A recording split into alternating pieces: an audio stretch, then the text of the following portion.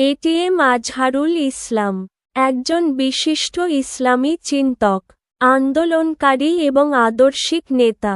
তার জীবন ছিল সংগ্রাম এবং আত্মত্যাগের, যা আজও বহু মানুষের হৃদয়ে দোলা দিয়ে যাচ্ছে। এটিএম আজহারুল ইসলাম বাংলাদেশের ইসলামী আন্দোলনের অগ্রসৈনিকদের মধ্যে অন্যতম।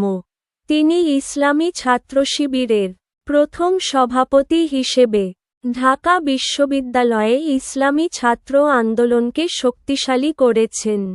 কিন্তু এই নেতার আদর্শ ও কাজগুলোই তাকে কাঠগড়ায় দাঁড় করিয়েছে। আওয়ামী লীগ সরকারের রাজনৈতিক প্রতিহিংসার শিকার হয়ে তাকে অন্যায়ভাবে ফাঁসির রায় দেওয়া হয়েছে। তিনি ছিলেন নির্যাতিত, কিন্তু মাথা নত করেননি।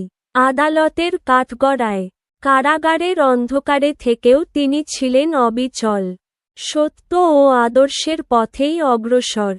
আজ আমরা তার মুক্তির দাবি জানাই। তাকে মুক্তি দিন, তাকে আমাদের মাঝে ফিরিয়ে আনুন। তারা চিহ্ন, এটিএম আজহারুল ইসলাম মুক্তি পাক। তারা চিহ্ন, তার জীবন, সংগ্রাম ও আদর্শের ইতিহাস অমর থাকবে। তারা চিহ্ন, আজহারুল ইসলামের মুক্তির দাবিতে আমাদের স্লোগান, এটিএম আজহারুল ইসলাম মুক্তি পাক। তারা চিহ্ন।